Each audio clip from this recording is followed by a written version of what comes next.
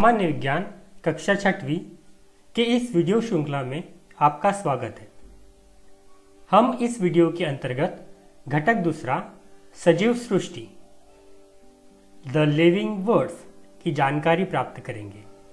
सजीव सृष्टि के इस पहले वीडियो में हम सजीवों के पहला लक्षण वृद्धि के बारे में जानकारी प्राप्त करेंगे।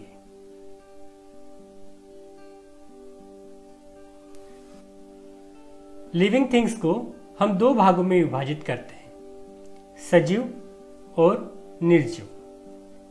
सजीव किसे कहेंगे और निर्जीव किसे कहेंगे, यह हम कुछ लक्षणों के आधार पर निर्धारित करते हैं।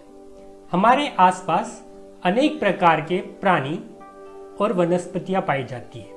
इस चित्र का निरीक्षण कीजिए, हमको ज्ञात होगा कि विभिन्न घटकों की सूची हम इस आधार पर तैयार कर सकते हैं जो सजीव है और वो निर्जीव है। सजीव और निर्जीव के बीच का अंतर हमने पिछले कक्षा में, कक्षा 5वीं में हमने पढ़ चुके हैं।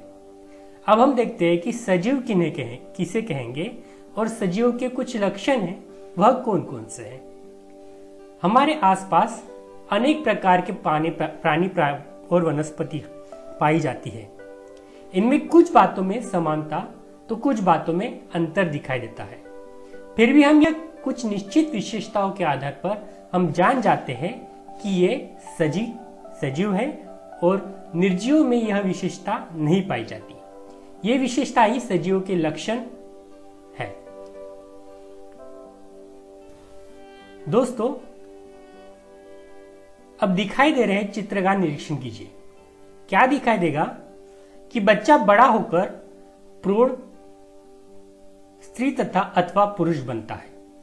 वृद्धि काल में ऊंचाई, वजन, शक्ति आदि में वृद्धि होती है। सभी प्राणियों को इस प्रकार बढ़कर प्रौढ़ होने में एक निश्चित समय लगता है।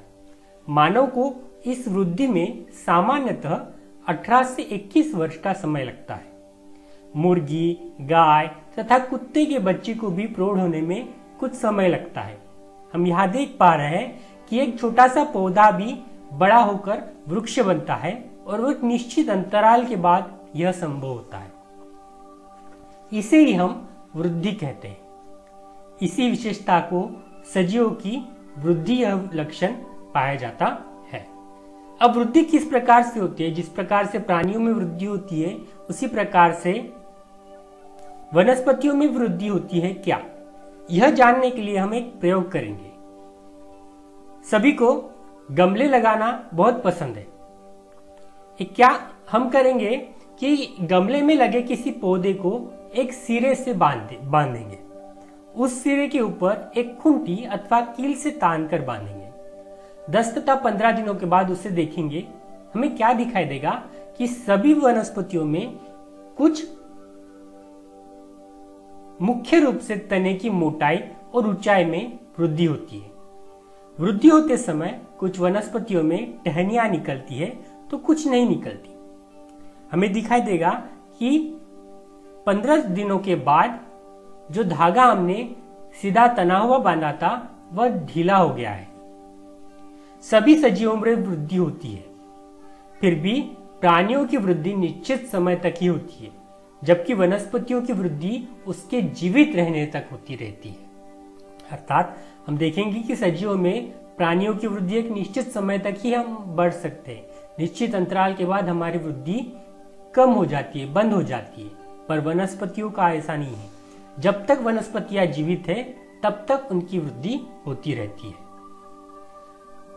सजीवों की वृद्धि शरीर के आंतरिक भाग से होकर सभी भागों में होती रहती है। इनकी वृद्धि आंतरिक भाग से लेकर बाह्य भाग तक होती रहती है। अब इस वृद्धि के लिए सजीव को किसकी आवश्यकता होती है? सर्वप्रथम मुख्य घटक है भोजन। सजीवों को वृद्धि के लिए भोजन की आवश्यकता होती है। चित्र का निरीक्षण कीजिए, हमको क्या दिखाई दे रहा है कि एक वृक्ष को, वनस्पति को भोजन किस प्रकार से मिलता है। वनस्पतियां अपना भोजन स्वयं तैयार करती है। यह हम देख चुके हैं कि जमीन के पानी तथा पोषक तत्वों और हवा की कार्बन डाइऑक्साइड से वनस्पतियां अपना भोजन बनाती है। यह प्रक्रिया वनस्पतियों की पत्तियों में होती है। पत्तियों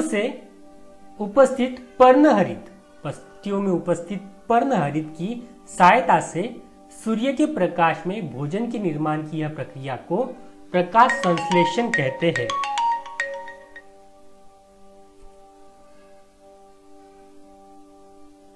इस प्रक्रिया में वनस्पतियां ऑक्सीजन गैस बाहर निकालती है। वनस्पतियों में उपस्थित पर्णहरित के कारण यह मुख्य रंग से हरे रंग में दिखाई देती है।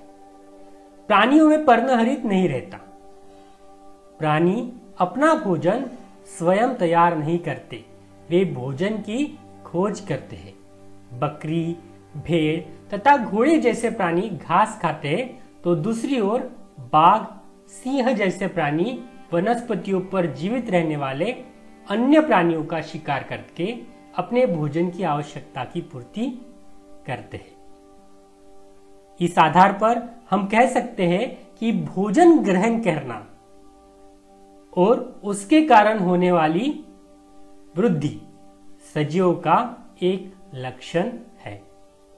हमने भोजन तथा वृद्धि के बारे में देखे और इस आधार पर हम कह सकते हैं कि मनुष्य का, सजीव का प्रथम लक्षण है कि उसकी वृद्धि होती है और वृद्धि के लिए उसको भोजन की आवश्यकता पड़ती है।